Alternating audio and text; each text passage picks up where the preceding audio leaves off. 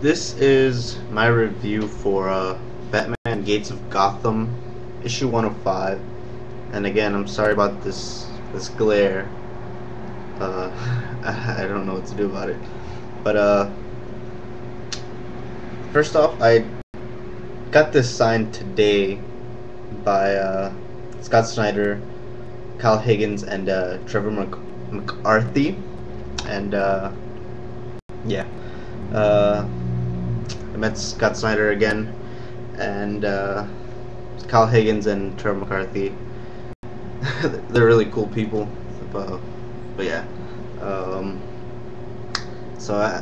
just in case if they're watching, which I doubt, thank you again.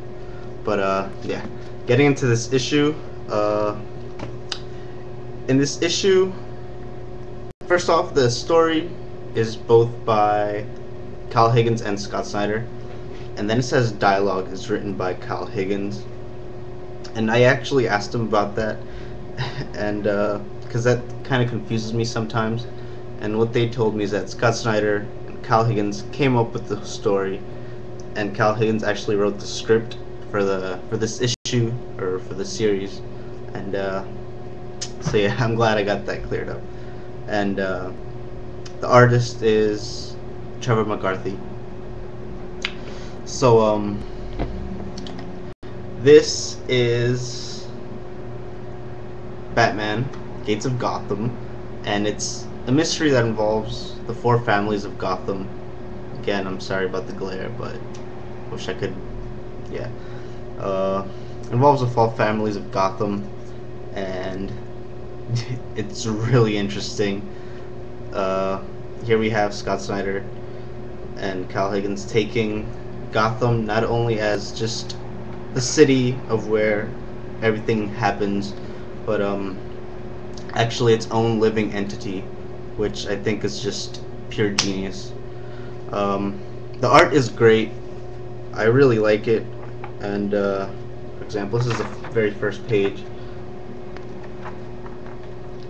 and I really like the art. And especially when Batman and Red Robin and everyone's in costume. It did take me some getting used to the way that Tim looks out of costume. Not because it's bad, it's just because he looks a little younger than I'm more accustomed to. But it's not a complaint at all. I still think that I love the art, especially those Batman has little shoulder pads, which I thought was pretty cool. Again, this continues with the darker version of Dick Grayson, like Scott Snyder has been doing in Detective Comics, which I am completely loving. And I really enjoy this take on Grayson. However, in the beginning of this issue, I did think that that Batman was Bruce Wayne, while in fact it was Dick Grayson.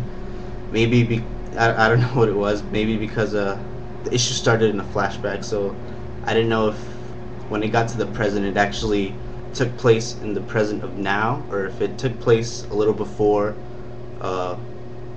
Bruce Wayne went back in time and died or whatever. But yeah, it was cleared up that it was Dick Grayson, and yeah, so it was cleared up. That's all. This is mostly a setup issue for what's to come in this series, and it's not really focused on action. It's more focused on what this series is going to be about. I think every issue needs some type of action, and this definitely delivers, especially with the balance. There are just a couple of scenes where you see Dick Grayson and Red Robin and whatever in action, and they're actually really well written, and they look really nice. And here we have also Dick pulling off a few tricks as Batman. So yeah, really cool. The colors I love. I love the colors here, and along with the pencils. And there was a scene in here with Dick Grayson and the Penguin, which I thought was just amazing. You really have to read this. The dialogue is great, and the art is great. Just everything about this issue I loved. So yeah, I really don't have anything negative to say about this. So yeah, definitely if you haven't checked this issue out, definitely do. And oh, also, this is the return of Cassandra Cain. Although we've seen her in Batman Inc. #6, I still think this is the true return of Cassandra Cain to the Batman universe.